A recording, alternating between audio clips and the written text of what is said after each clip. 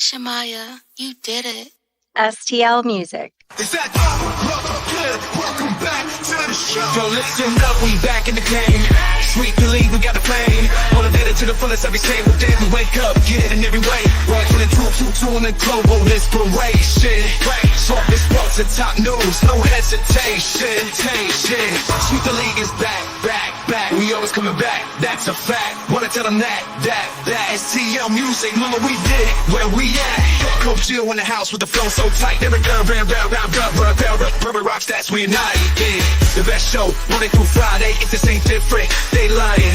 We got the energy. When I say sweep, you say the league. Sweep the league, sweep the league, sweep the league, sweep the league. San Antonio, let's go. Sweep the league. Sweep the league. Sweep the league. San Antonio, let's go. Hey, it's Rain Fernandez, and you're watching Sweep the League. Be sure to follow me on Instagram, Twitter, and TikTok, and Facebook at Rain Fernandez, Rayne Fernandez. 2, 1. Well, as you guys can tell, Derek Irvin doesn't miss anything. If you don't want to miss anything as well, go to YouTube. Search at Sweep the League TV. Be a subscriber today. We're giving away a bunch of prizes and stuff. Be a subscriber today so you don't miss, just like Derek never misses. Subscribe to Sweep the League. Hi, it's Sherilyn, and you're watching Sweep the League TV. Follow me on Instagram at official Sherilyn for more content. Hey, this is George Iceman Gervin, and you're listening to Sweep the League Radio.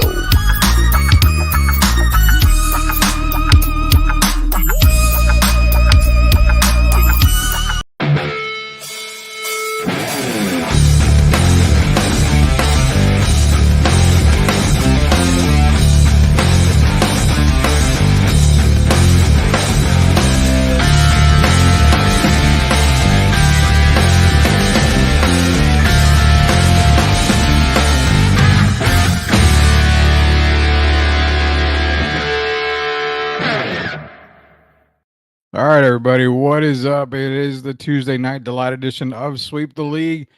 Very, very good weekend. Just came and gone. It was Hall of Fame weekend for Derek Irvin, the UTSA Hall of Famer, inducted this past weekend. Derek Irvin is in UTSA history, Hall of Fame.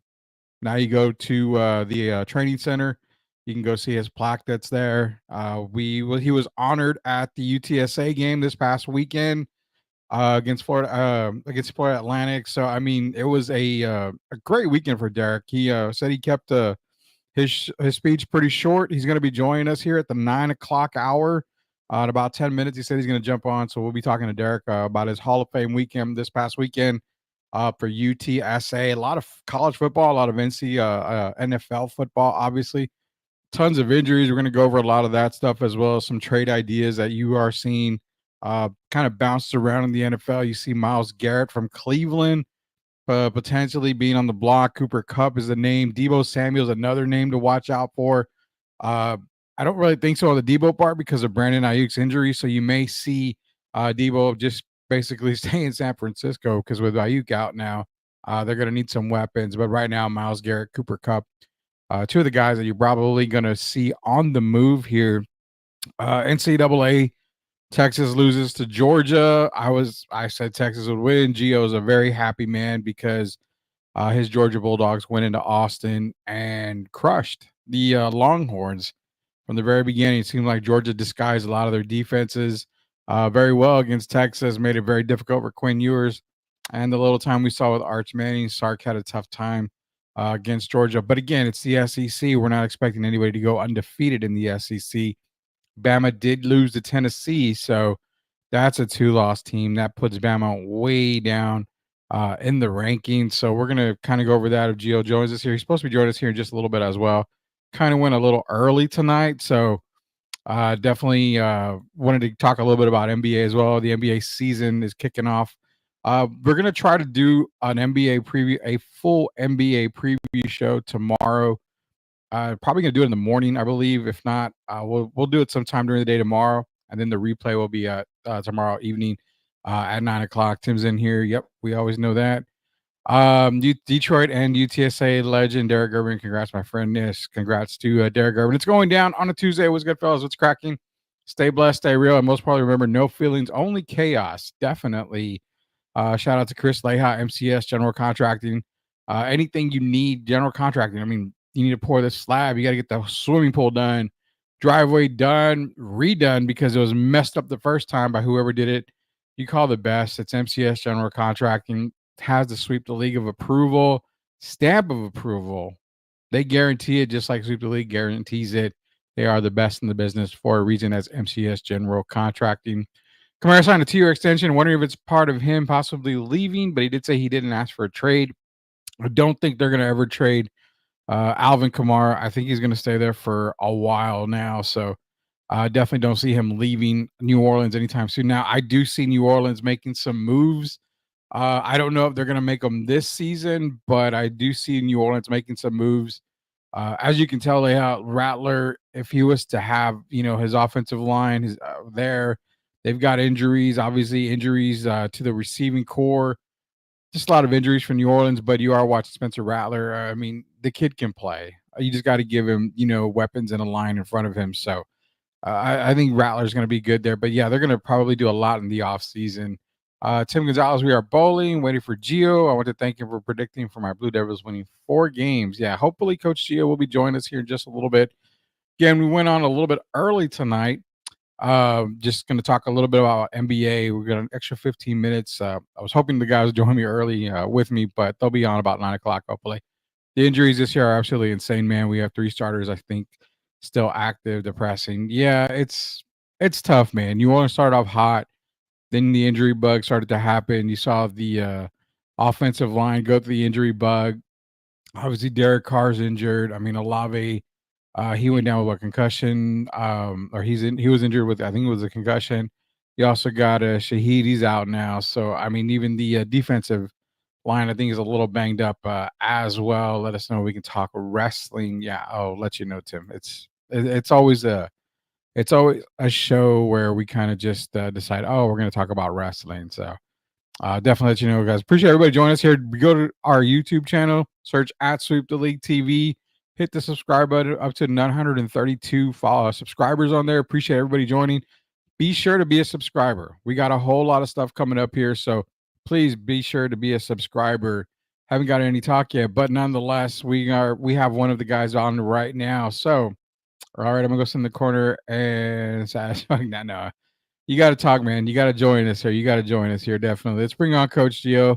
Again, Derek Irvin's going to be joining us here in just a little bit, and he was sporting the Georgia sweater last week. Now he's sporting the Georgia pullover today because Gio, your Georgia Bulldogs went into Austin, and I'm not going to say did the unthinkable, but they layeth the smacketh down on one Sark Longhorn team.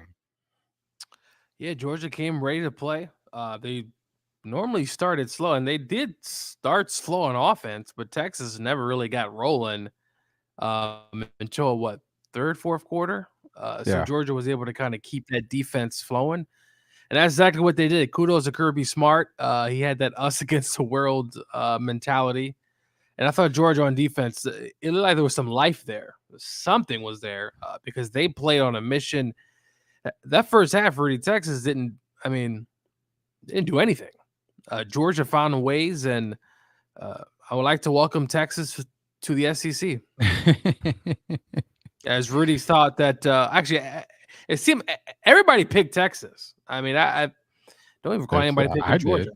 There's no doubt about it. I did. I'm not gonna shy away from it. But what I did like was the fact that Kirby came in with a massive plan, and he disguised a lot of these defenses. You hadn't seen, you've seen yours kind of rattled before. Sark just looked completely lost, as if, hey, all the game film that we watched on Georgia just doesn't seem to be right. Something's not right. Kirby came in with a whole different game plan in Austin, and it showed, man. The schemes, the disguises that he had on defense. I don't think I've ever seen let's put it this way. I don't think I haven't seen this Georgia team this year play like that. But I think even in their better days, championship days, I mean, I have to admit this was a very impressive performance by Georgia. One of the better performances I've seen in years.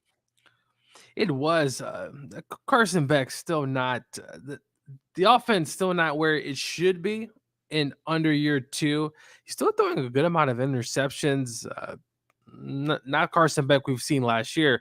If they can clean those interceptions up and that defense plays like that, then Georgia will be tough to beat in the postseason and potentially, hopefully, beyond that. But we'll see what happens. But yeah, Tim loves reminding me almost Tim once a day, all of us about Duke going 6-1. Tim Lesnar 6-1, but they're not making the playoffs. So no, definitely not. Definitely not. Definitely not. Maybe they could show Matthew McConaughey one more time. Jesus, Joseph Austin is. Yeah, I mean, why? Was that? I don't know why they showed Matthew McConaughey the whole. Well, damn they time. always show him. I know, but come on, man. Was Chris Leon here crying about his team? No, he's upset because New Orleans, was decimated by injuries. I wouldn't call it crying. I mean, just like the Rams are decimated by injuries, it happens. It happens. Is next man up and crying. You gotta as he was crying. He was telling me about how great his team was at the beginning of the season. A healthy Saints team is just as good as everybody else. They kind of proved it. No, it was a facade, Rudy. That highest scoring offense, that was a facade. They weren't going to keep that up the whole year. Can you honestly say that? For real? Yeah.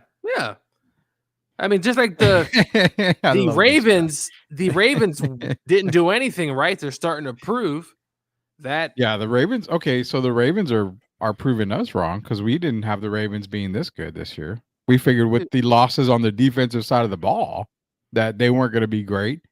They didn't have a receiving core. Mark Andrews was just terrible to start the year. But it just seems like MVP King Henry is the reason why the Ravens are who they are. People are saying, oh, it's Lamar Jackson for MVP. Yeah, I'm like, bullshit. It's Derrick Henry should be MVP. He did throw 5 touchdowns for whatever it's worth. So, I mean, he played really well. Tampa's defense isn't. Tampa's defense is terrible. Also, Chris Godwin should have never been out there in the fourth quarter when the game was basically over. Tears his ACL for Chris Godwin.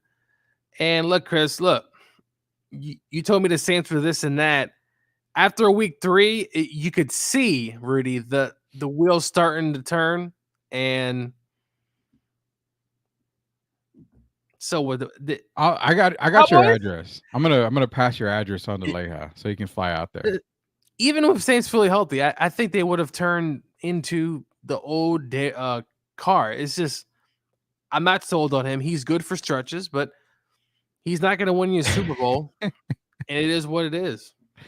Well, they're not going to. I mean, no one's going to win the Super Bowl with the exception of the Lions, and that's by what Joseph's saying. Goff should be MVP. I'm not mad if Goff is in the MVP talks. I'm not.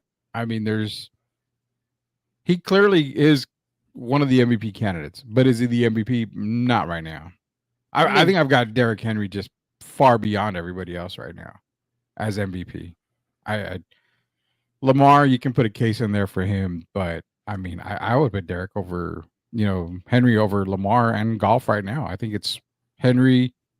Then you can flip flop Goff, Jackson, whatever you want to do, but it's those 3 guys right now. That's just my opinion right now on that. Leha says the Rams just been asked, hey, you're trading your star wide receiver. They are trading Cooper Kupp. He's gone. It's real possible. It's going to happen. He's going to go somewhere. I mean, the Rams right now, they're selling not a very good or not consistent offense. Their defense has been all right, but yeah, the Rams are ass. I mean, hello, Captain Obvious. I mean, just look at their record. Well, they are ass, man. They are pretty bad. We're gonna get into some NCAA football talk, but before we do, Gio, I got something I want to bring up here because this is kind of crazy. I don't know why I got all bent out of shape here, but I did, and I mean, it's whatever.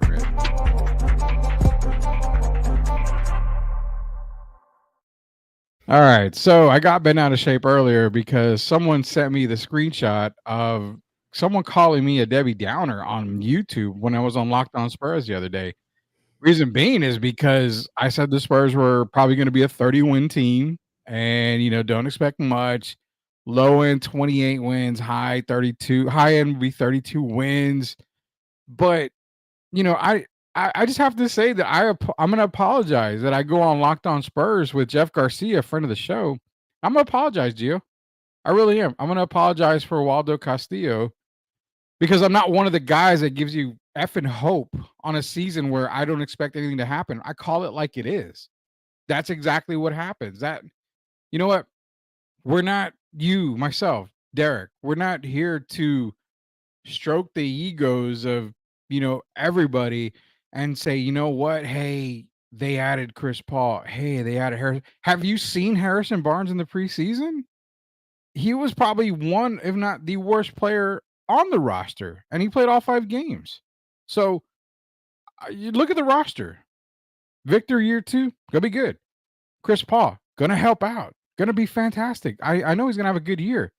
I don't expect Chris Paul to make it the entire year for the Spurs. I expect him to be dealt at the trade deadline.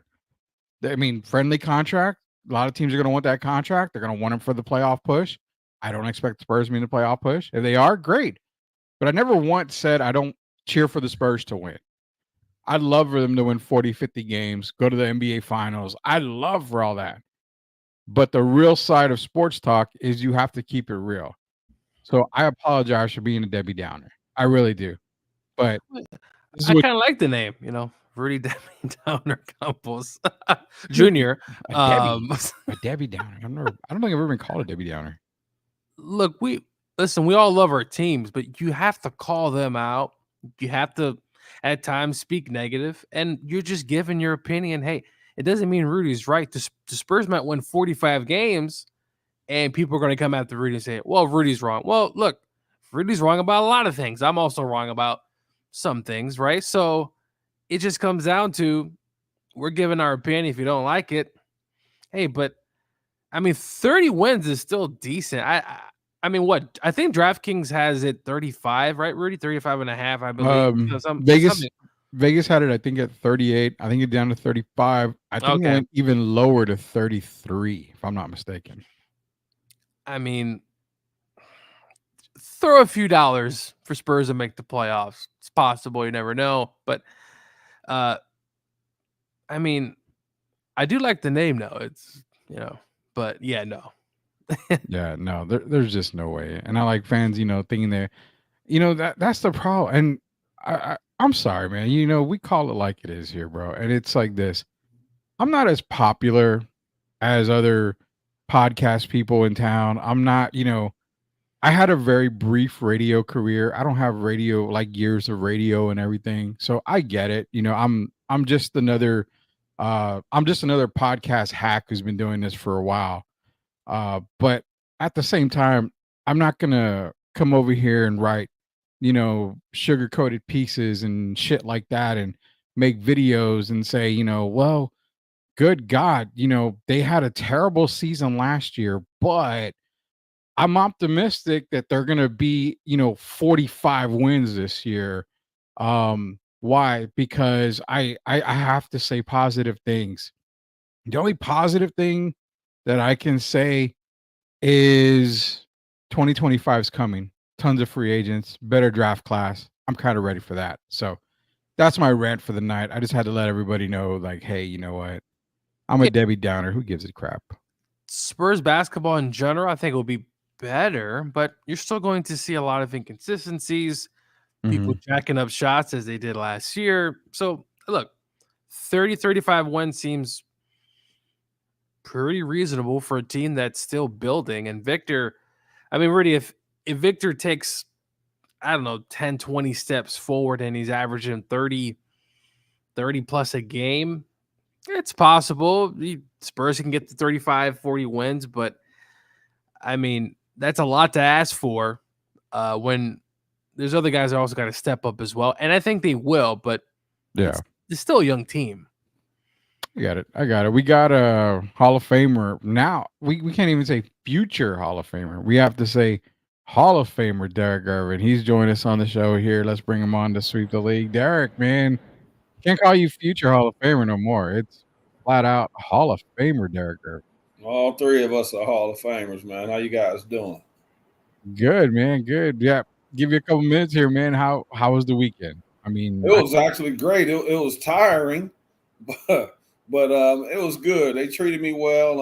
I got to go out actually Thursday and meet the UTSA players, the new group for the first time. I met the coach for the first time. I was allowed to talk to the players. I talked to them for about 3 or 4 minutes, and just kind of told them the history of the school, and so that was good. As you know, the event was Friday. It was a very nice event, a very good turnout. Shout out to my friend Larry Keenan, or now Musin Keenan, for showing up. Of course, my brother and his family were there, and all my sisters were there, and it was a great event, man. I did a short speech, and I'm thankful I got to go first. So I started it off, and I had a quick speech, and the last 4 people, I love them, man, but oh my goodness. We're going to have, maybe next year, they'll probably be on a minute restriction, but overall, it was good. Oh, man. So did anybody time your speech? Because I think we put it at 7 minutes on Friday. Like 6 minutes or something. Yeah. Oh, see, I took the over. I took it like around 7 minutes 30 seconds. So not even that. Yeah, almost 6 minutes and 52 seconds or something like that. Oh, I just missed it by like 9 seconds right there. Oh, the other ones, Rudy, were like. Oh yeah, you told me that. 20 minutes.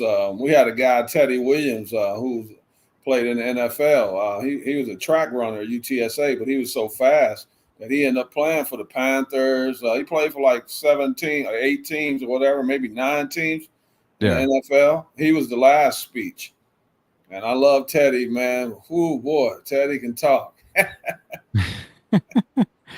Well, it was a great weekend. You got honored at the UTSA football game as well. They honored you as well as the other UTSA Hall of Famers that went into UTSA's Hall of Fame this weekend.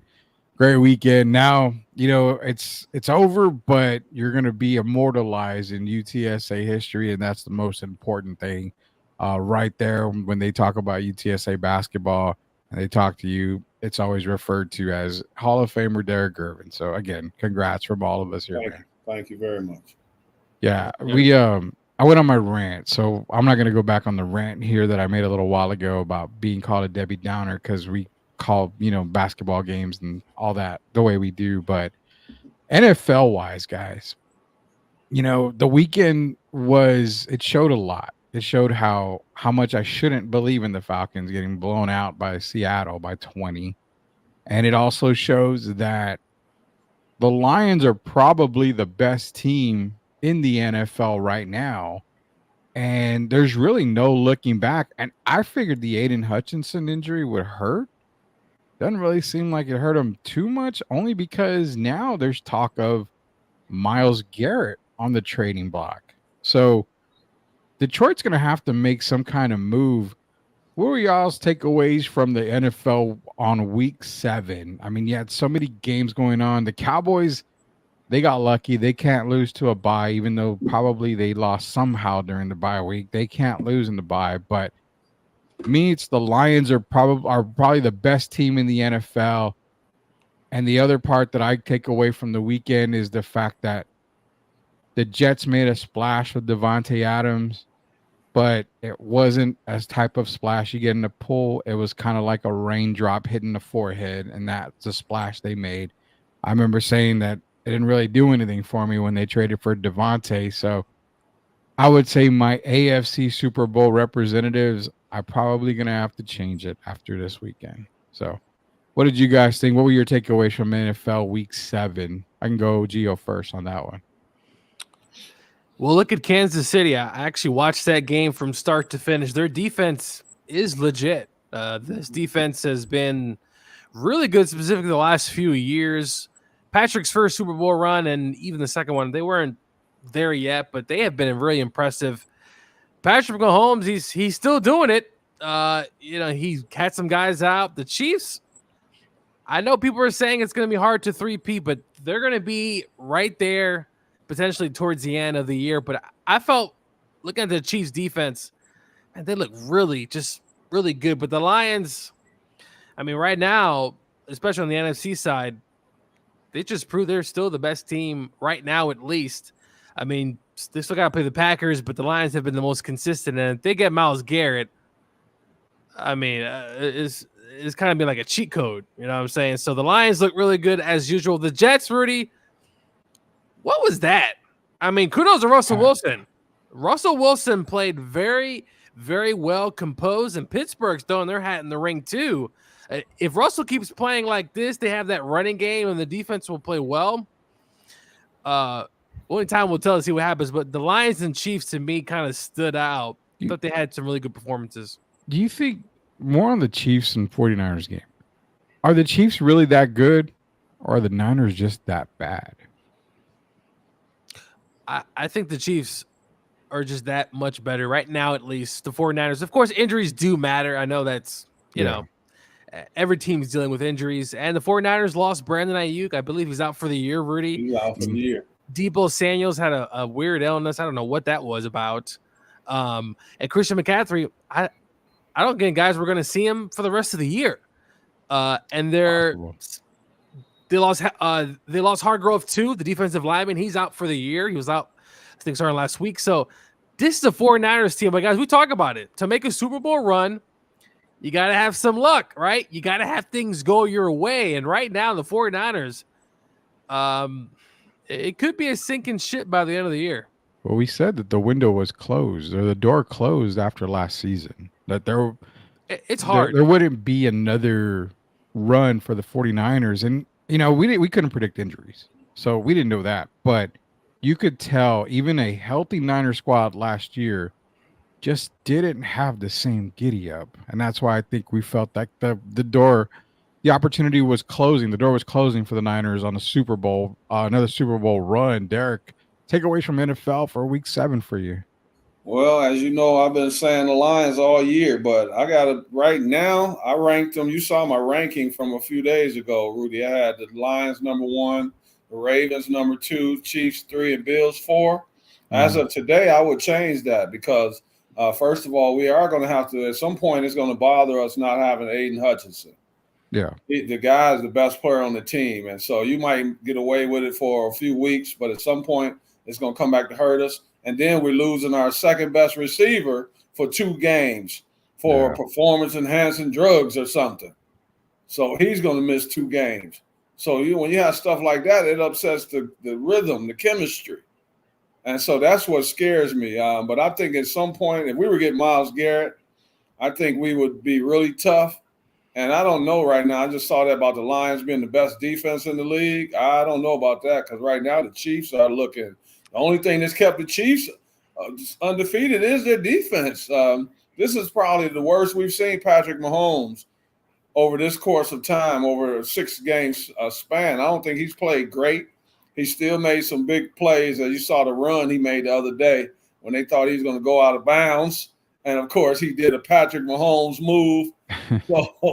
So that still makes them dangerous. Yeah. But right now I would have the Ravens as the best team because – Lamar is throwing the ball a lot. I have to give him respect.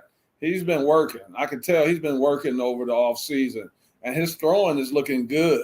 But I have to say one down thing. We've seen him do it before during the regular season. Doesn't work in the playoffs. But they didn't have Derrick Henry, who I've been calling lately. He's been looking like Eric Dickerson / Earl Campbell. And so that makes them scary. I mean, who can stop that? And right now, to me, I would have them over the Lions. I would have them over the Chiefs, and I would have them over the Bills right now. I just think the Ravens are looking at, 5 wins in a row? Yeah. And they've been very impressive wins. So right now, I know some people said early in the season that the Ravens might not even make the playoffs, but I said it. And another guy below you on this picture, well, too. Yeah, because I wasn't sure if that was a team, if the window was closing, right? Because it's been open for a bit here, and they just haven't been able to kick that door. But, Derek, we'll see They come look good postseason right time, now. I agree with you. Hey, now let me ask you this: why you guys have the Packers over the Vikings? No, not yet. Not yet, at least. I don't. I don't. I saw they were rating on Stephen Smith's show, the fake show, not our show, that they had the Packers in the top 5 instead of the Vikings, and I don't agree with that. I think I'm going just based off of quarterback. I would give me Jordan Love over Sam Darnold. One thing about the Chiefs, now they've had some injuries. One thing you can say about the offense, though, Rudy, Kareem Hunt has been a godsend. He literally walked off the street, and he has been a thundering ball. So they've been able to run the ball, chew up clock. There's been rumors, can the Chiefs get Cooper Kupp? If the Chiefs get Cooper Kupp, and if Kupp's healthy for the rest of the season, then that would be good. No, I know what you're laughing about. Can I say one thing? Yeah. Jerry Jones had, I'm not sure, it was a soundbite. I don't know if it was from this week or before the season about Derrick Henry? About Derrick Henry not being a fit. That was this morning, I think, or yesterday. Are you? Yeah. Did we not see him in that offense in Tennessee? It wasn't anything flashy. It was just hand the ball off and hit the gap. Is Jerry serious, Rudy? Was that a serious comment? He couldn't have been. Yes, what? It was. It was a serious comment. Didn't he basically say, playing for the Cowboys, he don't know if Derek would be having that successful season like he's having with the Ravens? Yeah. So basically he's saying that he's accepting losing. Yeah. I mean, it's Jerry. You know what? Jerry can basically put a Cowboys jersey and helmet on 11 bags of crap on the field, and he's still going to sell out 70,000 seats and sell all the merchandise in the world because it's America's team. And you don't ever, when you're a Cowboy fan, you're a Cowboy fan for life. Doesn't matter what product Jerry puts out on the field. It really doesn't. Rudy, while you're on that subject, I got a question. Did Mike McCarthy cut his own throat? With the comments about Troy's Aikman's comments don't really have an impact. They what he said wasn't really important as far as the team running the receivers running bad routes and them not looking like a good team. Is that the right thing to say in Dallas when you really haven't done anything? You're underperforming in Dallas? No, I mean, McCarthy, well, let's just put it this way. McCarthy's defending his own team because what is there left to do? I mean, they're not going to win anything. As Sis said, they're going to come back and winning the ship. Bookmark this. I'd be surprised if Dallas came back and won a bag of chips. At the end of the day. Might lose the next 5 or 6 games. Cowboys come back to win the chip. Have you seen that defense? He's joking. Trust me, he's joking. No, I mean, he might be serious. I don't know, but he might be serious. I ain't bookmarking nothing. I'll start it because I want to make sure. Yeah, that's why I said Sith is being sarcastic. There's no way the Cowboys come back and win the championship. There's definitely a way. The way Jerry talks, he gave up when he was all in. I can swear he was probably in Vegas, at the roulette table or something when he said that. There was no way you're all in and you get nobody in the offseason. When Ezekiel Elliott is probably your biggest addition free agent wise, and he's barely playing. I mean, let's put it this way. I would have rather seen, big boy Eddie Lacy behind this offensive line because it would be more comical than what we're watching right now in Dallas. That's how bad it is. Hey, Rudy, I need you to be a real Falcon fan. I am a real Falcon fan. I picked them to win this week. And again, disappointment. Mr. Did you see that? Mr. Kirk Cousins, Mr. I throw for 500 yards. I mean, I'm a real Falcon fan. Did I pick the Seahawks? You didn't even pick. You didn't even show up. You weren't there that day. You're right, but I would have picked the Seahawks because when Kirk Cousins, you would have picked when you need him the most, Rudy.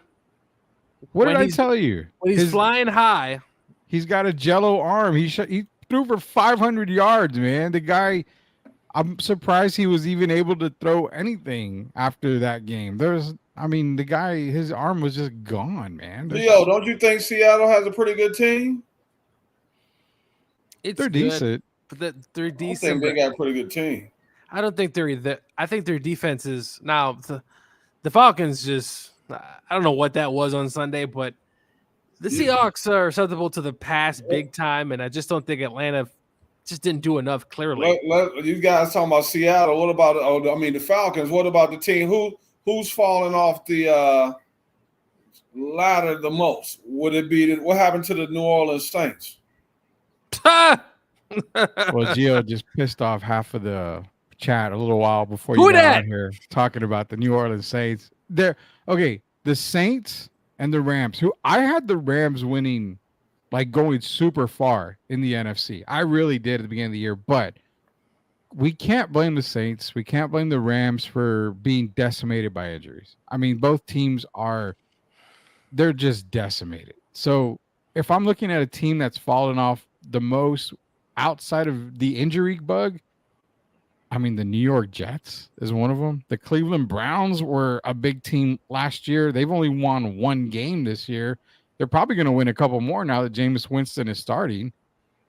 Jacksonville is probably another team that is falling off from grace. I mean, who else? I mean, the best team in the conference is the NFC North, and I can't believe I'm saying that. Even the Bears are 2 games over 500. But what about the Niners, Derek? I mean, the Niners, yeah, you can say decimated by injury, but it's really just Christian McCaffrey and now just Brandon Ayuk. I mean, that's a team that is another one that I mean, a lot of these teams. Remember, though, Kittle had got banged up. At one point, they were without everybody except for Ayuk.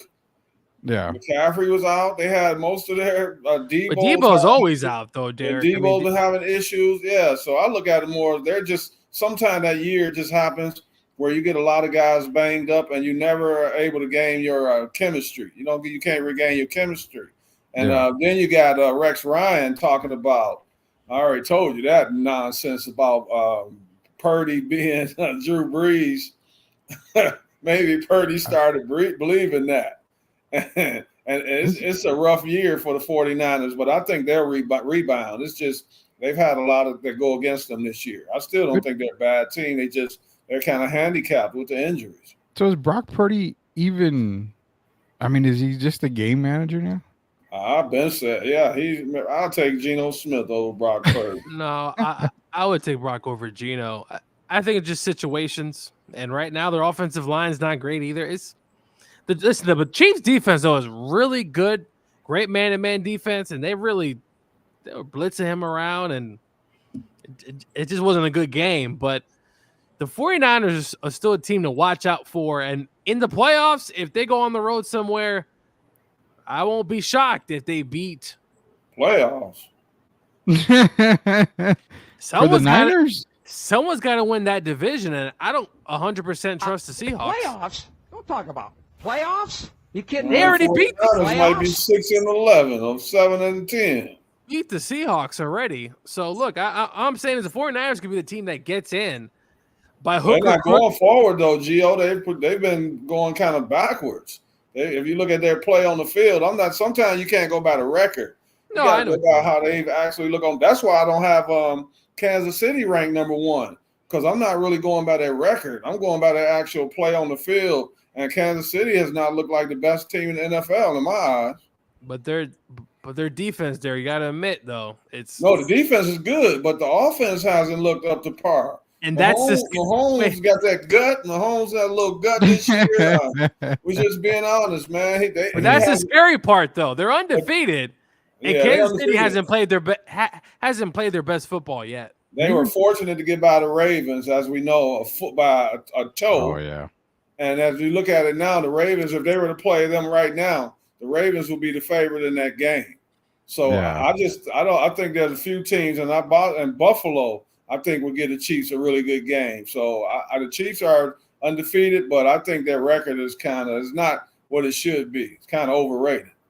I agree. I mean, I've been saying that too. The Chiefs, I don't buy the fact that, I mean, they're 6-0, but I think it's a very questionable 6-0. And I mean, you've got Patrick Mahomes who hasn't looked good, and Gio.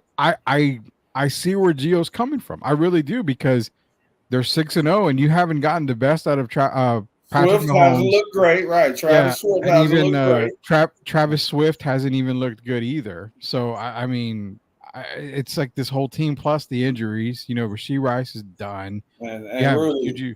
don't forget that part. Guys getting paid, man. You know what tears the team apart first? Money.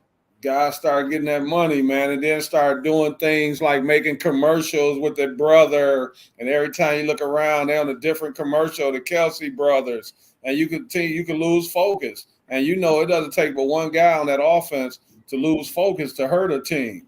And that could be part of what's wrong with their offense this year. They haven't looked in sync to me. Now we know it could change, but we have to go by right now. And the Chiefs wouldn't even be in my top 3 to come out of their conference right now. Gazzado's in here saying that he would take Colin Kaepernick over Brock Purdy any day. What is this guy talking about, man? What is this? It's an opinion, man. Colin hasn't even played football in how many years? 5 now, isn't it 5? 6 years, maybe. Yeah, I mean, who cares? It's an opinion. I mean, I don't know. Maybe he'll take Jamarcus Russell over Brock Purdy right now. I don't know. Yeah, that sounds like what he would do. Yeah. No, I'm not going to downgrade. I'm not going to disrespect Purdy like that. That's what I'm saying. Geno Smith. Now that's. Colin would you say would you take Doug Flutie over Brock Purdy? No, Purdy's a good quarterback, man. He's been kind of handicapped with the injuries as well, but I mean, he's proven that he's definitely he's on. He's in the top 15 quarterbacks out of 32 teams. I would have him in the top 15. That's not saying much, though. I would have him over the guy who finished second in MVP voting last year, Dak Prescott. I would have Purdy over him. You said you got him top 15. So obviously he's better than Andy Dalton, teams. Bryce Young. He's better than Drake May because he just started. Obviously, he's better than Deshaun Watson. I'm better than Deshaun Watson right now. I have a better QBR rating than Deshaun Watson does. He's better than Trevor Lawrence. He's better than Russell Wilson. He's better than Kirk Cousins. Yeah. He's better than Joe Flacco, Anthony Richardson. I mean, you want me to keep going? He's better than Kyler Murray. Ooh. What? Good one. Is Brock Purdy better than Kyler Murray? Man, please. Kyler's just a little bitty guy that every now and then could get out and run. He can run the field, but I mean, come on. Kyler's okay. But is he better than Kirk Cousins? Huh? Is he better than Kirk Cousins? Yeah, I think so. Yeah. And I put him over Kyler because he at least reads the playbook.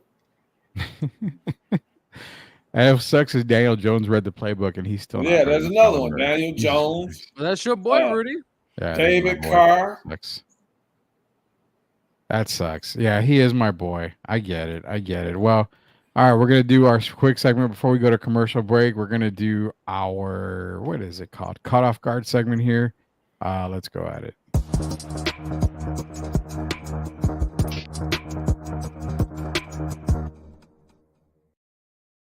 All right, guys, our friends over at Pro Football Talk have released their power rankings after We're going into week 8. Here's the power rankings. Do we agree with it? Lions 1, Chiefs 2, Ravens 3, Vikings 4, Packers 5, Texans 6, Commanders 7, Bills 8, Niners, Steelers, and rounding up the top 10 are the Eagles. These are our friends over at Power Football Talk power rankings. Guys, are you agreeing with these power rankings? Because I don't know. I personally, I've got Buffalo way higher than that. Okay, well, there's your answer. I'm offended that they even have Buffalo at number 8. Are you kidding me? Behind, you got Josh Allen behind a rookie. I mean, come on. Yeah, I mean, that's one thing I look at. I see the Cowboys are barely scratching the top 20 according to Power Football rankings. So that's over there. The only other thing I can think of is, and I can't believe I'm saying this, but I would probably put the Bears higher than 14 right now. Just going into week 8, I would probably put them higher than 14. But nonetheless, I mean, these are the power rankings. Gio, you got anything on our friends over at Pro Football Talk and their power rankings? Pretty good. I mean, the Chiefs haven't lost. The Lions have lost, but I guess obviously it's week to week. But it's a pretty good list. I mean, the Bears have been playing well. Let's go see what it's like this week. But a pretty good Tampa to me is I think Tampa's fraudulent. Very that defense. That defense has been terrible. Yeah. And now with Godwin out, Evans might be out for a few weeks with that hamstring.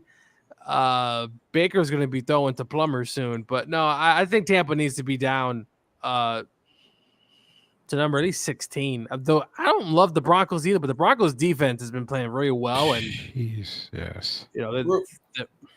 Gio, Rudy, can I ask a quick question to get off the top 10 just for a second? Yeah. When you brought up the Buccaneers, what did you guys think about when Chris Godwin got hurt? Did you see Todd Bowles over there? With a smile? Yeah. I did. I posted that last night. I erased it today, but I was actually pissed off. The guy got hurt, man. First of all, he's in there in the last minute of the game. He gets hurt with about 50-some seconds left. And then the coach, you show the coach, he's over there smiling. I didn't get it.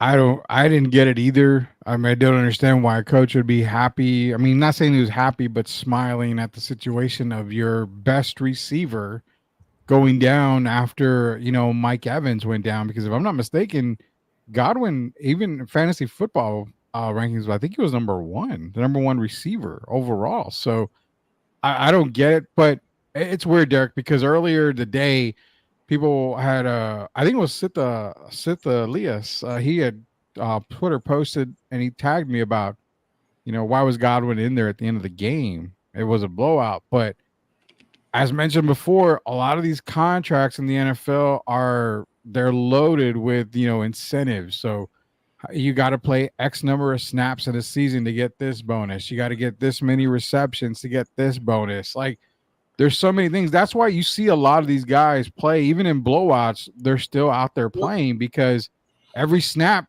counts towards the total. And this was a minute. This was towards the end of the game. Again, I'm just making the point. Don't you think I could see? Couldn't you see kind of why they were still in the game and Baker's still in the game? They recovered the onside kick. Yeah, they had got themselves kind of back in the game. They cut the lead to 10. To the point they were showing Lamar on the sideline. And you could see he wasn't happy because there was a chance that he was going to have to come back in the game. Yeah. So I can understand that part. But to still be going downfield like that, man, and throwing some of those passes that Baker was throwing at the end, man, he could have got paralyzed. That's the part I didn't like about it. So I could see them keeping them on the field. But at some point, man, you have to, stop throwing those certain – Baker was throwing passes that if you catch – you're going to get hurt. So I'm not going to fault the coach for having them still in the game. They cut the lead to 41-31. Because if I remember correctly, wasn't it 41-17? Yeah. So they cut the lead. I can understand that. But I just had a problem with that look on his face, man. Maybe that's just his look, but it wasn't perfect time. It wasn't the right time. No, and I personally, Evans already got hurt, right? So he was already out. And I get it. You have a shot at the end of the game, but why risk it? Every possession matters. It's towards the end of the game. And I get it. You still had a shot to win, but I wouldn't have had Godwin out there. With his history, he's played a number of snaps. Now he's out for the year. So take him out. I agree, Gio. You could have kept Baker in there if you had wanted to, but you put in another receiver. Yeah, and really, Godwin's your security blanket. You get him off the field. Yeah. Yeah, I don't know, man. I mean, it was sad too, really, to see him go down like that. As soon as it's bad when they don't show the replay. Oh yeah, and we've had that a lot lately. I mean, you're talking guys have been going down left and right. I don't know what it is about this season. I mean, Gio and Derek, have we really seen a season like this before, where it seemed like every week one of the top players in the NFL is out for the year after some kind of injury? Aiden Hutchinson last week. We're seeing Chris Godwin this week. Brandon Ayuk's another one this week. I mean, it's getting crazy. And then I found it even more crazy when I saw the Tua press conference, and the reporter legitimately asked him, hey, you've had a lot of concussions. Have you given any thought about playing, with that new helmet that they have, the Guardian helmet, I believe was what it's called? And he's like, no, I'm not. Is that the guard helmet with the padding on it, like one of the guys on Tampa Bay had on? It's the one that prevents. It's supposed to prevent or make it, less likely to have a concussion. But he refuses to wear it. my problem with Tua is that, you know what, you want to play, great. You can play. I have no problem with it. It's your life. You do what you want to do. But after all the concussions that he's had, and we're not talking concussions where you're just kind of like, and out there was times where his fingers were crooked. I mean, just massively terrible concussions. Why does a player go in thinking, okay, I'm going to play, but I'm still going to play the same way? Because they even asked him, are you worried about sliding or anything like that? He's like, I'm just there to play. I'm going to play the way I've always played. Man, there's got to be a point where a coach or somebody pulls on the side and says, you want to play great, but you're going to have to play smarter, man. You got to play smarter. I hate to say it, but a concussion is a concussion. But what if something worse happens on the field the next time he gets laid out like that? What could the league couldn't do anything, could they? Because if you go by the contracts and all that.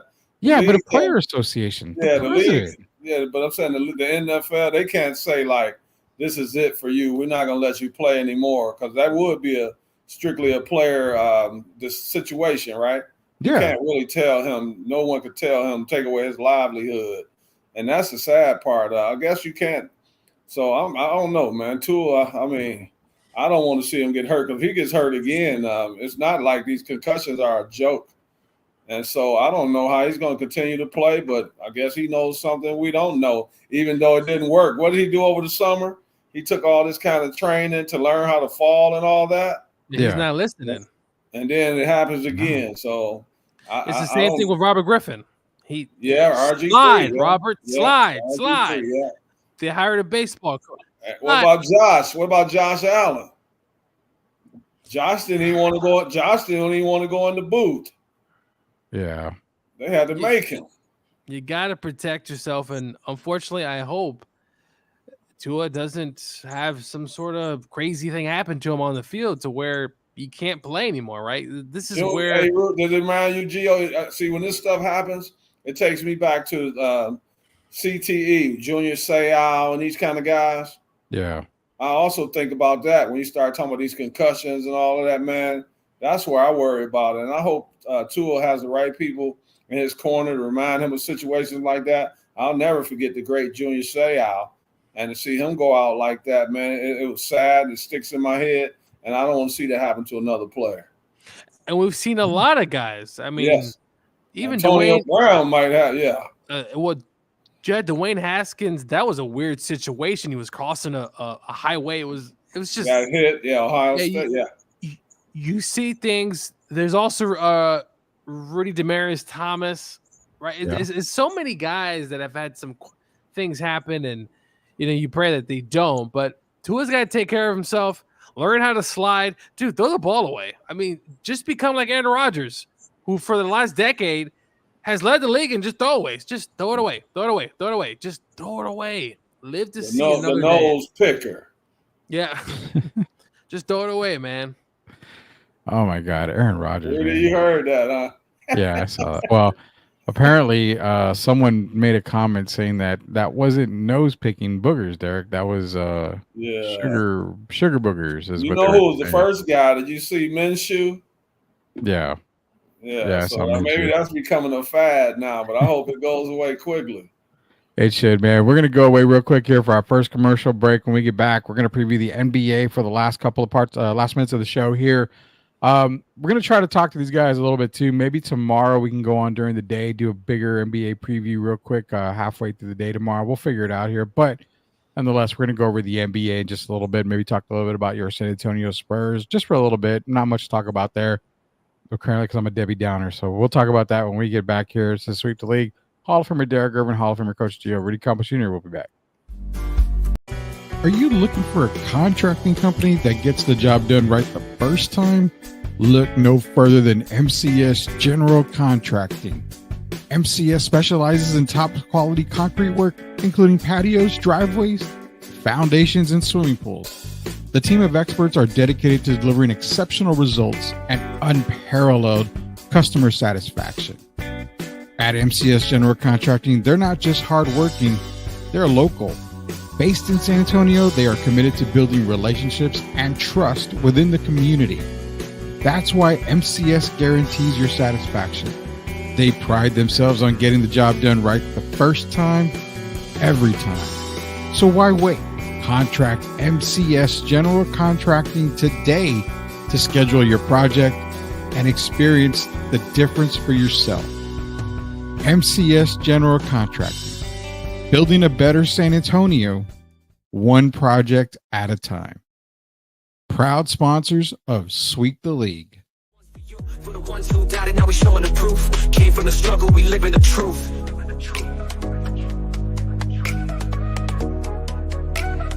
STL Music. Yeah, challenges come, but we here to stay. Built from the dirt, now we paving the way. Had a bad day, but this life ain't bad.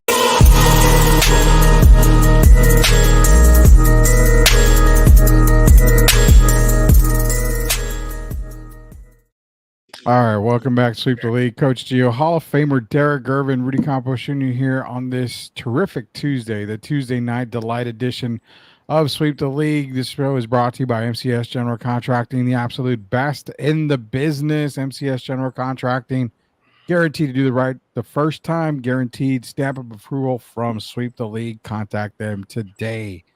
Tim wants to talk college football. We got that for maybe tomorrow or Thursday, Tim. I promise you. It's just too much to get into in the show here. Let's go Dogs and let's go Hoosiers. Oh, God, the Hoosiers, the best not kept secret anymore in college football.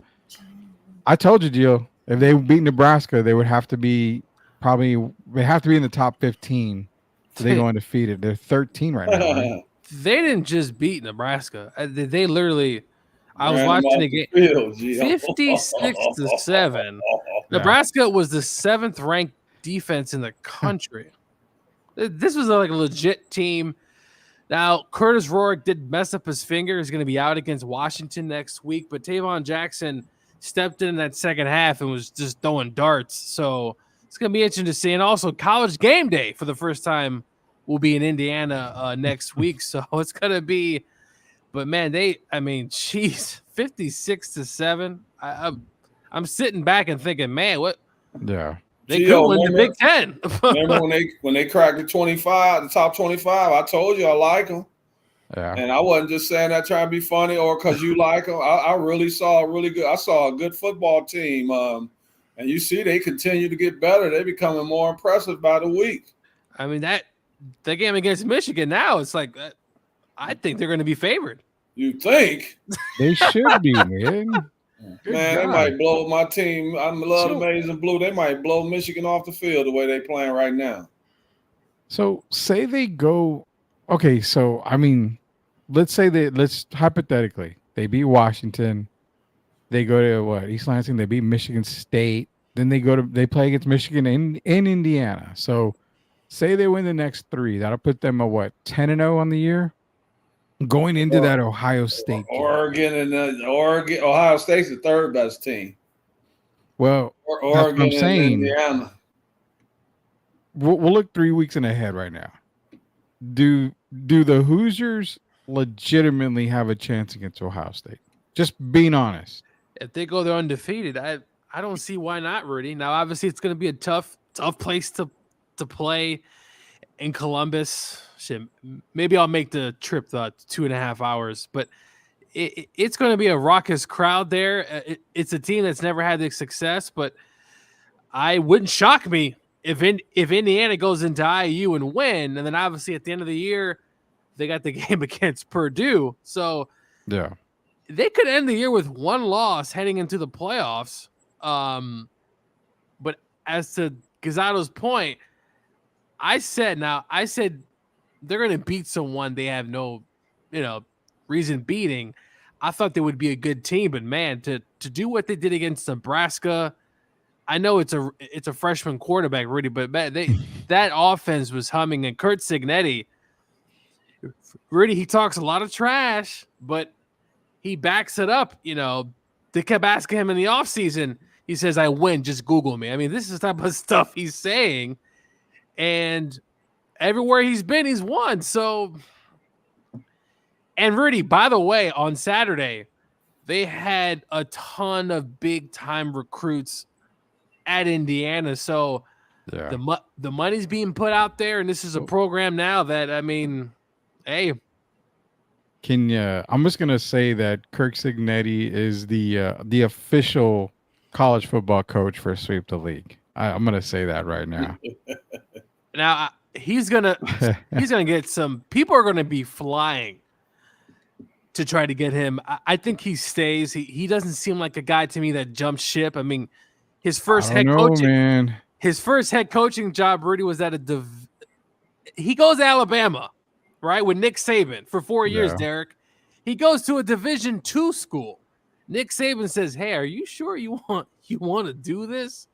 Because you're probably going to just you know what I'm saying? He's going to disappear." He goes there to Indiana University in Pennsylvania, which is kind of funny how he's back in Indiana. And then he goes to Elon. He resurrects him. Then just James Madison. We saw what they did to your Tar Heels this year, Rudy. And then he goes to Indiana. He's turned around these programs.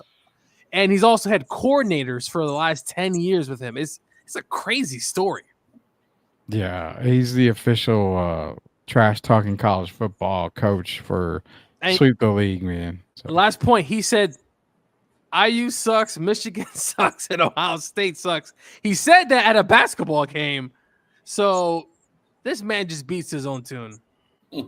It's going to be a wild rest of the year for Indiana. So we'll see what happens now, but we're going to get into our NBA talk, NBA preview here. So, just a quick preview right now. I want to do a bigger preview show. Hopefully tomorrow we'll do a bigger one. But looking at it, I know the first game of the year was Boston and New York. And New York looked terrible. I mean, they looked terrible. But when Boston made, 33 pointers tonight? I mean, it's hard to beat a team when they're that hot already. But again, I don't put a whole lot into the first game of the season.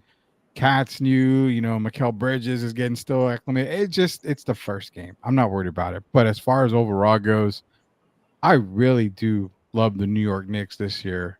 It's a team that's going to really, really be a tough out in the Eastern Conference. I have them in Boston really as, kind of 1-2 right now. I'm not going to stray away from that. I don't know. I remember telling Derek, I don't believe in Milwaukee still. Giannis kind of came out and said that if they don't win the championship, he expects to be moved in the offseason. So look for Giannis to find a different zip code next year because they're not winning anything this season. Outside of that, Eastern Conference wise, any other teams, because Philadelphia is already struggling. Paul George ain't going to play. Joel Embiid is already hurt. He's not playing back-to-backs. He said, I'm not going to play back-to-backs. Rest his career. Yeah, so forget about Philly.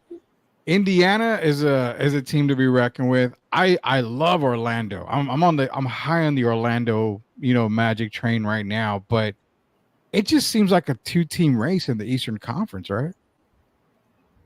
Oh boy, I don't know, Rudy, because I like Milwaukee better than you do. I think the additions of Taurean Prince and Gary Trent Jr.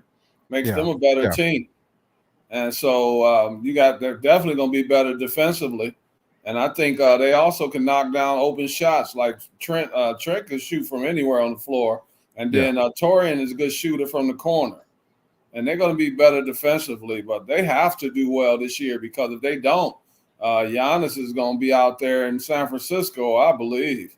So this is a do or die season. I believe Dame has the bounce back year. He'll be more comfortable this year. The key is, once again, Chris Middleton. That seems to be what stops them. Chris kind of reminds me of Paul George and Kawhi. We don't know every year going in now, is Chris Middleton going to be healthy? Brook Lopez is a year older. So we just got to see. I don't know if their roster is as deep as I would like for it to be, but I think Giannis is going to play this year like a man possessed. I believe he'll be in the MVP voting. And I think Milwaukee right now, I will put them ahead of Indiana. I will put them ahead of Orlando just because they have Giannis. I will put them ahead of Philly, of course, with Embiid talking that not playing back-to-back nonsense. Like he's 40 years old already. And then Paul George being banged up. Paul was actually fortunate not to be lost for a huge part of the season. So I don't like, they have Andre Drummond, Eric Gordon, but I still had questions about Philly. So right now I would say it'd be Boston, the Knicks, And I would have to put Milwaukee in there. I still don't believe in Cleveland either with Donovan Mitchell and those guys. Hey, Rudy, before you go on, have you guys heard have you heard the rumor at all about, things not going well in Phoenix? And they can't move Bradley Beal. So have you guys heard anything about KD for Darius Garland and Evan Mobley? I haven't seen that, but it wouldn't. I'll say this: it wouldn't surprise me if Phoenix moves on from Kevin Durant at some point this year. I really think you're probably going to see Kevin. I mean, what was the latest rumor before that? It was Houston, wasn't it? Houston Rockets earlier, yeah. Yeah. And now I'm hearing a little bit about the Mobley and Garland situation. So if things don't pan out, don't be surprised if they don't get off to a good start. Don't be surprised to see KD moved again way before the trade deadline. And if he were moved, I would say it would be Cleveland for Garland and Mobley.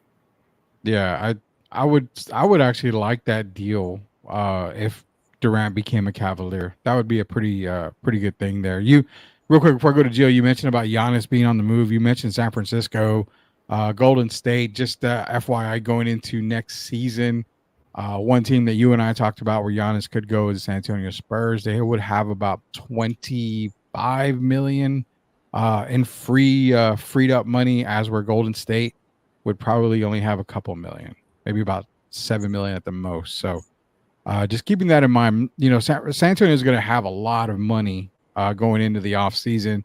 They've got a lot of trade pieces as well, because you would have Keldon coming off. He's got a couple of years left. Harrison Barnes would be on the last year of his contract. Zach Collins. So you got a lot of tradable pieces that teams would want, because a lot of those salaries would come off the books. So keep on with the Spurs. I mean, I'm just saying, you and I had a talk about Rudy. What's that? Too many question marks, though, because Giannis wants to go to a team that's pretty much already situated and has a chance to win. We don't know the situation next year with the point guard for the Spurs. We don't know the situation with Devin Vassell. I think there's too many ifs for Giannis to step into that situation. It was like he'd be leaving a better situation in Milwaukee for an if situation with the Spurs, and I don't think at this point in his career he's willing to do that. What if De'Aaron Fox is a Spur? Yeah, if he's a Spur, but that means it would have to happen around the same time they acquire Giannis during the off season. So other than that, I can't see Giannis coming down here. I know Victor, it sounds intriguing, but he's not going to go. If you look at the rest of the roster, I mean, Harrison Barnes, Champagny, Sohan. I don't know if I'm trying to win a championship. That's not a roster I'm ready to go play with. Good point. Gio, Eastern Conference. What do you see for your Eastern Conference? Kind of too early predictions here. Well, last year I know y'all were laughing at me that I picked the Bucks, and obviously they flamed out pretty early. Yeah, it was still laughing. I still like this team. Giannis putting pressure on him. They got a good mix. Chris Middleton, though, I think he had surgery, Derek, if I'm not mistaken, on his ankles this offseason. On both ankles, yes. On both of his ankles. I'm a little concerned about that. Brook Lopez is going to be 36, 30. I don't know if this is going to just run out of gas or just have enough players, but I like the additions, as you said earlier, Derek, to potentially be maybe that third or fourth seed. Boston, obviously, I don't have to say anything, really. We saw what they did earlier. Just dismantled the Knicks. The Knicks are still going to be there. They have to incorporate the Magic, Cavs, Pacers. They all kind of round up. I got a question for y'all. The team that didn't make the playoffs, though, last year, making the playoffs this year in the East, who's that team that may shock and somehow sneak in? For the Eastern Conference last year that did it. Now, are we talking play-in or playoffs? No, actual playoffs. So the actual playoffs. So that who didn't make it? It was Atlanta, Toronto, Chicago, Charlotte. Okay. So I'm thinking about the two play-in teams that didn't make it. So that was Atlanta. Atlanta and Chicago. It'd be Charlotte for me. Yeah. Almost would say Charlotte would probably be. Brandon Miller having another year under his belt. That's the key is will LaMelo be healthy? They retained Miles Bridges. Mm-hmm. Yeah. For me, it would be out of all those teams. I still don't believe in Trae Young and those guys. For me, it would be Charlotte. I would like to see finally Charlotte do something with that team. They got players. Can Ball stay healthy? That's the question, right, Derek? Can he actually? Well, that and Nick available? Richards, man. I mean, I'm still kind of Nick Richards plays hard, but I don't know if he's that guy to help take them to the next step. But out of those other, I give them a better chance than Toronto. I definitely give them a better chance than Atlanta. So I'm doing it by deduction. I would have to say Charlotte. And I do hope they can do something. I lived in Charlotte for a few years. And Not Detroit, right, Gio? So, yeah, the Pistons got talent now. Like, yeah, they have talent, but they can figure it out. They look like individuals to me, though. When I watch them play, they look like a team of individuals. And I know Ivy's going to be up and down during the season. And I still don't think Cade has taken that next step yet, where he's in the elite tier with these guys we talk about, the Anthony Edwards and all those guys. I don't see, or the Devin Bookers. I don't see Cade at that level yet. So I still have a lot of question marks with the Pistons. And they're not a very big team. They still rely a lot on Isaiah Stewart. And we don't know if he's going to be mentally how he's going to be. Is he going to, all you do is give him a little shove or something. And then I love the young man, but he still hasn't proven that he can keep his composure. So and then they brought in Tobias Harris, of course. Oh my God! And I love Tobias, as you guys know, but I look at their team; they look small, man. They don't have any rim protectors, and then I don't know what happened to James Wiseman. I guess he's just falling off the earth basketball wise.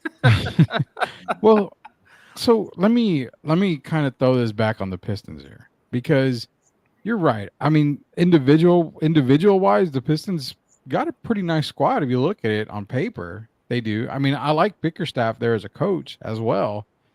I mean, you got I'll be honest, the starting lineup isn't the worst starting lineup in basketball. I mean, we can already thank you all Washington Wizard fans for buying your season tickets, but that was just money down the drain. So you may as well just, let's consider them already, lottery bound Washington Wizards. There's no doubt about that. But for Detroit, if JB can get Cade and Jaden Ivey and those guys to play cohesive basketball, they're going to win some games. They are better than probably a lot of people are thinking. And you can't forget Malik Beasley's there, Tim Hardaway Jr.'s there. I like Fontecchio. Fontecchio's good. Yeah, Fontecchio. I love his game. Right. Ron Holland didn't have a terrible preseason. And shout out to Ron Holland, because he was brought up at Big Texas Comic-Con. One of the fans there was talking to us, and she knew Ron Holland apparently. So yeah, that young lady sure did talk about it. Yeah.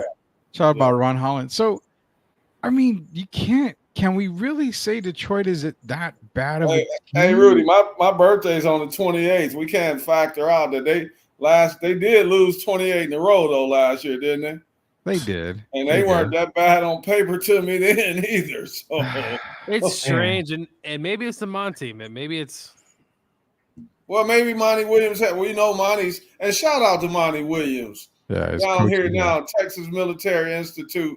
Bruce Bowens has been moved, and Monty's stepping in. And Monty gets to coach his son, and he gets to coach Bruce's son and Tim Duncan's son. So I know it didn't work in the NBA this time, Monty, so I'm wishing you well. But shout out to coming down to San Antonio and coaching Texas Military Institute.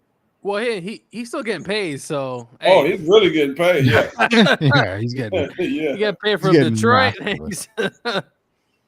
He's getting massively paid. Well, I'll say this. I agree with you guys. I think Charlotte's the one team in the East that could definitely move on up in the standings. Maybe at least minimum get in the play-in tournament. Is Michael I can see that. Huh? Is Michael still involved? I don't remember if he is or not. I can't. Didn't Michael sell his stake in the team? I was going to say, I think he sold his stake. That's why they're getting better. Poor Mike, I haven't been seeing him with those baggy jeans he always wears, so I wasn't sure. Hey, Gio, do you like Brandon Miller? I do. What do you think? Yeah. He has it, every time I watch him play, I'm like, man, this guy's a really good player. And not that he's just up and down, just not consistent. Kind of like college. Yeah. for Charlotte to take that next step, you need him and Ball to obviously, of course, stay healthy, but just be in sync. Just play ball. And like what I said about Colorado, hey, just play basketball. You did say shout out to Gio. Colorado looks like a football team this year. They should have beat Kansas State. If Hunter played, remember he got hurt. If Hunter's in the whole game, I believe Colorado State is 6-1. Look at Rudy. We always gotta be honest about it. If you look at it, they look like a football team. Their offensive line has gotten better. The defensive line has gotten better. They've got some other guys that have played well, receivers other than just Travis Hunter. They look like that's what made them so. Their running game is better. I mean, they're better as an overall team. We have to be honest about it. They don't look bad at all. And they beat UCF, who, by the way, UCF gave Iowa State on Saturday all it can handle. So all I'm saying is Colorado, they look good. They could win the Big 12. It's possible. Now they still got to play Kansas, and they got to play some other teams. But Kansas has just completely fallen off. Jalen Daniels really, I don't know what happened there. Went from Heisman. Hey, but Gio, I gotta give you credit when things go well. We take credit. So, I picked. Remember, I only picked Colorado. My partner right here, we picked Colorado to win about 5 games. Yeah, we did. So I have to give them credit. They already at 5, and one more win, they bowl eligible, and for sure they're going to win one more game and more than one. So I have to say it's a successful season for Dion and his crew. Yeah. He's up for Coach of the Year. I'll say this, though. Army and Navy, those teams have been playing very well. Interesting, Rudy. Yeah. I found out that the Army-Navy game is not a conference game. It's a special game that's obviously played, I think, week 15. I don't think anyone even plays. The playoffs thing will be out before, I believe, the Army-Navy game. It's going to be a weird time if both teams are undefeated. So Army plays us this year. Yeah, UTSA Army last game. And I believe it's here too. It's insane. We're gonna be there for the thrashing. Probably. Listen. I've seen Army. I've bet on Army before, and even Navy too. Army runs the ball. It's like a poetry in motion, Derek. You watch the option and you watch how quick they do it.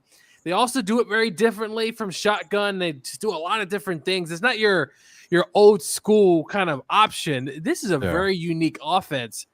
And I think Navy's playing Notre Dame. Watch out, because this is a hard offense to stop. They're good. They're good. They're really good. This is actually a good football team. And I won't be surprised if Army or Navy squeak into the playoffs, if they surprise someone and beat them. this is very impressive. Hey, Rudy, can I go off script for a second? I'm sorry, just for a second. Yeah. You guys, now we looked at, last week, I believe Travis Hunter sat out, right? Yeah. So what do you guys think about the Heisman race now? A young man from Boise State. I'm just asking. To me, it's still Genty. I mean, I don't. As number 1? Yeah. Yeah. Still Genty as number 1. And a little bit more now after Travis Hunter said that if he had as many receptions as Genty had carries, he would be the number 1 Heisman candidate, period. But I don't think Travis understands it. Rudy, I'm sorry. I got one more thing. I know you guys have heard it. Tell me, is this true or not? Do you believe Quentin Ewers, Mr. Ewers, is he sitting out the rest of the season? No. You don't believe that when you heard that, huh? No, they said that it was a false report, but I'm sure it is. He didn't show up for media day. Well, I'm just saying that's what they said. That I think it was 247 Sports put out that he said he would sit out the rest of the year. I can't see him sitting out the rest of the year just because they lost to Georgia, unless he's injured. If he's injured, totally different. He is injured, Rudy, but it's mentally. How do you think he felt? Well, okay. If he sits out the rest of the year to prepare for the NFL draft, then and he's not injured, Derek. I mean, you say mentally, then you're basically screwing yourself out of draft position. Well, why are you going to give up the entire year just because? Exactly. Hey, look, we gotta remember now, as an athlete, man, athletes are very sensitive people. You get benched during that game in the heat of the battle. Well, Stark said he just wanted his mind to be. He can say whatever he wants to say. But you talking about a guy that was in the Heisman running last year. Yeah. You get benched, and you already know people are crying out for Arch to play, and you bench him, and then you go back to him in the second half, man. You knew he wasn't going to be the same when he went back in that game. If Manning was balling out, you would have never seen him back in the game. But that's what I'm saying. Yeah. Only because Manning didn't ball out is why Sark went back to him. I told you guys from the beginning, I do not believe in Steve Sarkisian. What he did has caused friction in the locker room because now you got Ewers guys and you got Manning's guys. And that's something that the coach created in the locker room. That friction is going to hurt them. You watch before the year is out. Hey, they got an interesting matchup. They're playing number 25 Vandy. And I know it's funny. Like we laughed about that game before the season, Rudy. We're not laughing right now because if this is a snowball effect, if Vandy has the ball over 40 minutes against Alabama, things get interesting. They also play Florida, who, by the way, just blew out Kentucky. So it's going to be interesting. They got to go to Fayetteville and Arkansas is always going to play it tough. So, Rudy, do you think this is a snowball effect, or do you think they get right on track against Vandy? So I think, to be honest, I think they get back on track. I think they do beat Vandy. I don't think it's going to be as convincing as a lot of their other victories are, but I think they do beat Vandy. Again, beginning of the year, I said, Texas, I have a national championship. I expect them to win. But I did say at the beginning of the year that they were going to have one hiccup. It would either be Georgia or one of the rivalry games. That hiccup right now is Georgia. The other tough game I do see is A&M at the end of the year. At College Station. And it's at College Station. But I think we already hit that bump in the road for Texas. They got a taste of SEC. Really? You benched that man on national TV, man. So you guys make sure you're watching Texas and you make sure you're watching the Pittsburgh Steelers. I'm telling you, man. The Steelers as well, because now you bring in Russell and he puts up 37. So if Russell goes into one of his bad streaks, how do you bring Justin Fields back? That affects a team. They looked a lot better. I mean, they were winning with Justin, but they looked a lot better with Russell. One game, though. We know, but we've seen Russell go up and down. But I'm just saying the mental aspect of being an athlete. And you've been Tomlin was talking all this stuff like he believed in Fields. They were 3-0, and then you struggle. And then it's like the coach panics. It's the same with Sarkisian. You benched that young man on national TV, man. I mean, and you heard Gio. If Arch played good, he wouldn't have come back. Ewers wouldn't have come back in the game. So you're basically going back to him, not because you believe he's the best option. You basically telling him, I don't believe in you as much as you thought I believed in you. Question: if they lose 2 more games, does Sark get fired, or if it's simply a disaster at the end of the year? Again, I need to bring up the video from beginning of the year. I said if Sark doesn't win a national title or get a national title appearance, he's fired. That's what I said at the beginning. This is the best Texas team you have seen assembled in a very long time. We're talking back when they played USC at the Rose Bowl for the national title. This team is like that. It's built to win. It's built to win now. If he can't do it this year, there's no reason to believe he can do it any other year after this. And that's why I 100% staying the course. If they don't win the national title or get to the championship game, you have to think about buying him out and getting rid of him. Do you believe Ewers is all in now on Sark like he was from the beginning? No. I don't think so. Well, that's the stuff I'm talking about that filters into the locker room. because when he made the change and he said, "Oh, I just wanted for him to clear his mind," I'm thinking to myself, "Really? You're really gonna say that?" And now I'm sure Texas. I don't live in Austin, clearly, but I know there's a lot of rumblings going on this week, and they got to prepare for Vandy because Rudy. I'm telling you right now, that matchup. No, I believe you. I believe you. It's not going to be as easy. Now Texas could end up pulling away at the end there, blowing them out, but I'm just saying it's going to be tough. And that Florida game ain't going to be easy. The Kentucky A&M, So I believe you. I mean, I'm not saying I don't believe you. Ray Dean, stop it, my man. It's the first game of the season. The Lakers are playing off adrenaline, just like Boston. Boston shot better this first game of the season than they'll shoot the other 81 games. Boston Boston had 100 points in 3 quarters. Like that. Derek White was, my God, that dude was shooting threes. Jason Tatum. Tatum had over, I think, tennis. It was this will be Tatum's best shooting game of the season, and it's only game number 1. Yeah, and then you put him in your parlay tomorrow, and then he's a disaster. It's just they got those rings, man. The Lakers are saying tonight, right now, playing off adrenaline. But you got to remember, with the Lakers, there's 2 halves. Yeah, I won't ever deny that. So, but nonetheless, we did see the Bronny and LeBron check-in game tonight. You know, father-son duo. Everybody made a thing of it. Now that that's over, let's get the real basketball season started. We got a couple minutes, man. We went off course a little bit here just for the Western Conference.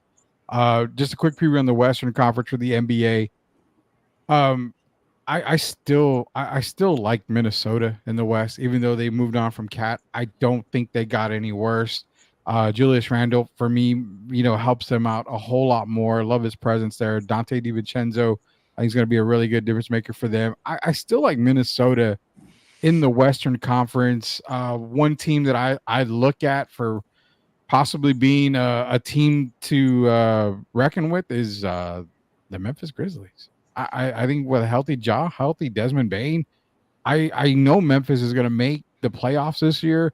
And also, I can't lie, man. I'm gonna go get me a jersey of a certain Memphis guy right now who just got signed, and he quickly becomes one of my favorite players in Yuki Kawamura. 5'8" guy. And some of these dimes that he was laying, to his teammates was like, holy cow, I love this guy. But nonetheless, I think Memphis is built really good this year, but I like Minnesota in the West. I think Denver's going to be there. Kawhi's not playing. So to me, the Clippers are probably bottom tier team now. I don't believe in James Harden ever. So, if we're looking at standing wise in the West, Pelicans, Mavericks, Nuggets, not Warriors, Timberwolves, Kings, definitely, Oklahoma City. That's 7 teams right there. Memphis is another one. That's your 8 teams. You got Rockets. 2 playing teams, Rockets, Phoenix. Sorry, Spurs fans. There's just too many teams in the West to even think about considering competing for a play-in spot. I'm sorry. You didn't even say Golden State. No, I mean, I don't even think Golden State. Yeah. I mean, Golden State, the Lakers are still going to be there. It's going to take 47 wins maybe to get into the play-in, possibly.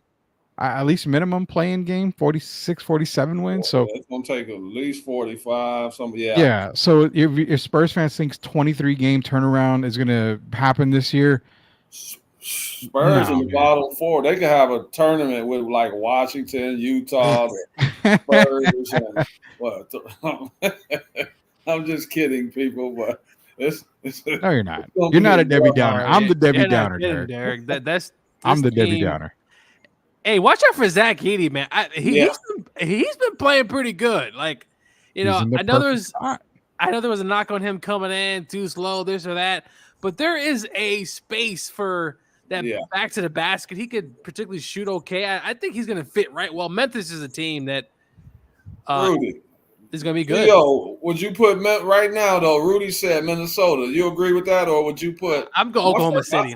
My 2 top teams are the Mavericks, and first is OKC, and then the Mavericks. And I forgot about both of them over Minnesota. Yeah, no, I just think Oklahoma City. I mean, Minnesota for me, I love the dynamic for Minnesota, but I mean, I completely forgot about the Thunder. I would take the Thunder as number 1 in the West, but I do have Minnesota still over probably Dallas. I think just for the meantime, I just like Minnesota right now.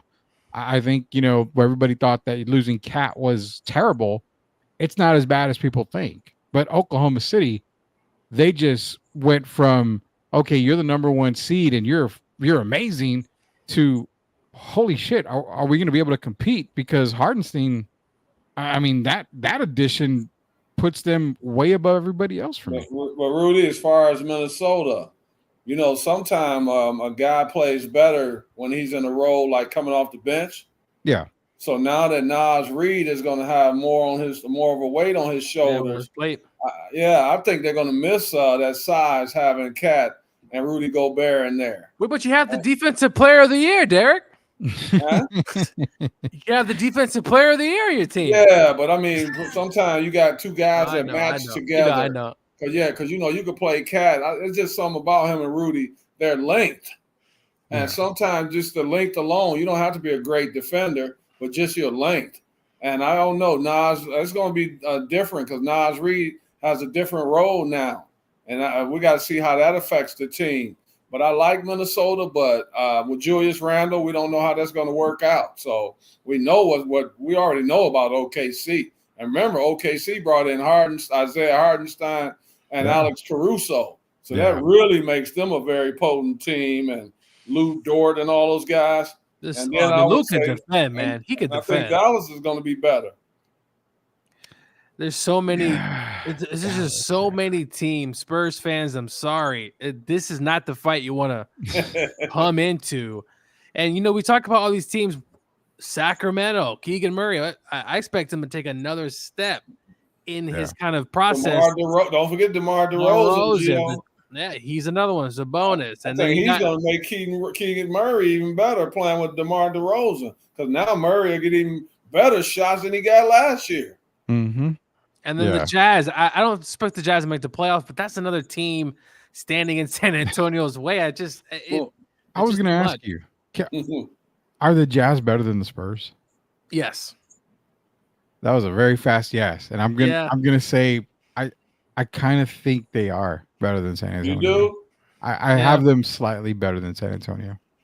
Wow. I hate to say it, as I'm gonna get murdered in San Antonio. And it was fast, Rudy. I didn't hesitate. Yeah, you didn't even think about it. You didn't think about it. You just said But Jordan, what's his name? Clarkson. Jordan Markkanen. I mean, George. To be honest, Derek, they got one of the better athletes in the draft in Cody Williams. I mean, their second unit, it's Patty Mills, Jordan Clarkson, Cody Williams, Bryce Sensabaugh, and Walker Kessler. I mean, that's not a bad backup, bad rotation there for the second unit. I mean, Taylor Hendricks, Lauri Markkanen, John Collins. That's a pretty good front court. We got Zach Collins, man. Did you forget? The question is, are they better than Zach Collins? We got the wrong Collins. Are they better than Portland? Yes, the Spurs are better than Portland. Spurs be better than Portland. Yeah, my guy has disappointed me. I thought that Scoot Henderson was going to be a star. I don't see that now after watching Scoot last season, and I don't see him making a whole lot of improvement. I don't like Portland that much. And then we know the situation at center. What's that guy from Phoenix that they got? DeAndre Ayton. Another malcontent. We don't know. He's only happy if he's getting the ball. And I really believe Aiden thinks he's a 25-point-a-game scorer. So I still don't believe in Portland. And then he's sharp to play more games. He was hurt a lot last season. So that's a team. I would say the Spurs are better than them, but everybody else. Grant, who they got? Yeah, Jeremy Grant. Yeah. They just got a bunch of Jags over there, man. Well, I kind of like the only player I really like there. I mean, the rookie Klingon. I'm not. Now that helps. He had 20 rebounds the other night. Yeah, I like his game for Portland. But again, you go back to what you said, Derek. You have to tell DeAndre you may have to ride the pine a little bit here, and he ain't gonna like that Where at should all. Klingon be? I told you, man. Yeah, he should have been in San Antonio. Klingon should have been here, man, with Victor. You know what? I love Portland. We got to have one more team in that area. Sonics will be up soon. I'm just waiting for the announcement one of these days. That would be great too, Gio. You know, a lot of the players are former players. They want a team in Seattle again. Oh yeah. Everybody. And I believe Oklahoma City said that they would give their history, whatever, back to Seattle, which, I mean, it just makes sense for them to get that back. And but Portland, I think another 20-something win season, whatever how many was that last year. But the West is going to be so exciting. I mean, it's going to be fun to watch. The Eastern Conference, I don't care. But the West, that's where it's at. Pop's going to have white hair by the time this season is over. Oh, he already does. Like, how much more whiter can the hair get for Pop? Really? So is this Pop's last year? Every time I say yes, the guy comes back. They win 30 just games. Don't say nothing, Rudy. Just don't say anything. If they win 30 games, you think he sticks around for another year or two? Or do they force him out? Or let him go up into the office, work up in there with R.C. Buford? That's the problem okay, the problem is if it's any other coach, they get forced out. I mean, we saw Jerry Sloan get forced out of Utah. I mean, you would think any coach would get forced out. Why is Pop any different? I mean, I get the titles. I get the titles. 5 of them. I mean, if you really look apparently Phil Jackson was forced out of LA. Oh yeah. Well, Phil living in one place, and now that's a different situation. Yeah. For one, he's dating Jeannie Buss. Yeah. It's a lot of different. And then Phil also didn't like dealing with the Kurt Rambis and his wife's situation. Yeah. So there was a lot going on. If you look at him, Magic stepped out of there. Magic Johnson, we don't know the identity still, and it hasn't been the same since Dr. Buss stepped down. Yeah. Jeannie's not as motivated as he was, and it's just been a different time. So I could see Phil not really wanting to be there anymore. So was he forced out, or did he kind of leave on his own? I mean, we'll never really know the true story. Well, I think the story behind it was they were on a road trip, and Mitch Kupchak was on that road trip, and apparently he told all of the staff that they were fired, that they were going to be fired at the end of the year. This was during the playoffs, the last playoff run they had with Phil Jackson. So apparently Phil called Jeannie and it was like, what's going on? What the hell is happening? And yeah, Mitch was like, hey, y'all, after the season, y'all are gone. So that's what kind of started. And this came from Jeannie Buss, actually, on that interview. Yeah, it came from Jeannie. So yeah, it was, I mean, but the thing is, why are people scared to tell Pop, look, 22 win season, 22 win season. Who's going to tell them? Well, that's what I'm saying. 30 win. You have ownership. There's a good way. There's a nice way and polite way to say stuff, Derek. I mean, it's like, hey man, you've been just not getting it done. We're just not getting it done. I mean, you got to have a change. You do. That's just my opinion. But does he coach next year? I think if the free agents that we're thinking come along and the draft picks that they get in 2025 come along, if that team starts to really build itself, I could maybe see him coaching another year. If they don't win this year, I could see them asking him to step down. And the reason I say that, if it was Peter Holt, then I think Peter Holt would let him go out when, however he wants to go out. But now that it's PJ, kids, yeah, and the sister PJ Holt, Peter Jr., for those that don't know who PJ is, I know PJ. With him and the sister taking over, I think if it doesn't work this year, they'll come to some kind of mutual agreement where it doesn't seem like Pop is stepping down, like they're not making him step down, but they'll basically be making him step down. Well, it's almost like the Pete Carroll situation, right? Pete didn't want to go, but they're like, hey, we letting you go. You know what I'm saying? And I'm not saying Pop doesn't deserve to stay and do this and do that, but at the end of the day, look, we love you, Pop. We love what you did. It's time for a change. Time for a change, yeah. What's wrong with a change? Some of these Spurs fans are living in 1999. That's a long time ago, dude. Or 2005 or 2000, whatever. Go drink your wine, man. We thank you for all you've done. We're going to put your jersey up in the rafter. They're going to put a Pop jersey. And pop jersey, give him a statue. I don't care. Like, and let him. Yeah, I agree with and that. just let him go. So I think the time is coming. But he probably wishes he was a little younger because he knows he got Victor back there, and that's a hell of a player in the next 5 years. We can only imagine. But yeah, it's probably time. Yeah, I mean, look at Bill Belichick. I mean, could Pop get another job? Sure, if possible. But would he want another job? Probably not. Well, he can't get the TMI job anymore because that's been filled by Monty Williams. This is it. This year, to me, even if he does well, if they over exceed, I still say this is it. This is the swan song for Greg Popovich. Yeah. And then go hire Becky, okay? So. No. Oh, wait, you know what? She's not leaving Vegas. I want to talk about the WNBA real quick. We just have a few extra minutes. I'll give you a few extra minutes. Congrats to the New York Liberty. I'm from New York. It was great to see. But them being cheated, yeah. But the foul shots, I mean, was it 27 to 8? 27 to 8? In a game that was physical the entire time, by the way. And Collier she was getting zero zero free throws in that game. She finished second in MVP. Now, granted, her other teammates besides McBride showed up, but the other ones, Williams didn't show up. She was shooting bricks. A lot of people didn't show up, but man, I mean, to have that foul discrepancy, because both teams, Derek, they were complaining about fouls not being called one way, this way, but there was a picture that Collier posted up, Derek. I don't know if you saw it. She was literally hit in the face. Yeah, I saw it. And the refs didn't call that foul. I don't want to take away what New York did. I thought their role player off the bench, I forgot her name. She stepped up big and came in and played well for them. But Sabali was one. Yes, Sabali played. Yeah, Sabali and Sabrina. I know shooters shoot, but man, 1 for 19, Derek. The biggest play of the game, though. Everybody's talking about that last foul, or was it a foul or not a foul? What about the travel before the foul? Yeah, I was hearing about that too. Obvious crowd, but nobody talked about that. The coaches didn't. Cheryl Reeves didn't talk about that. She's talking about the foul. No one talked about the travel. So obvious a travel.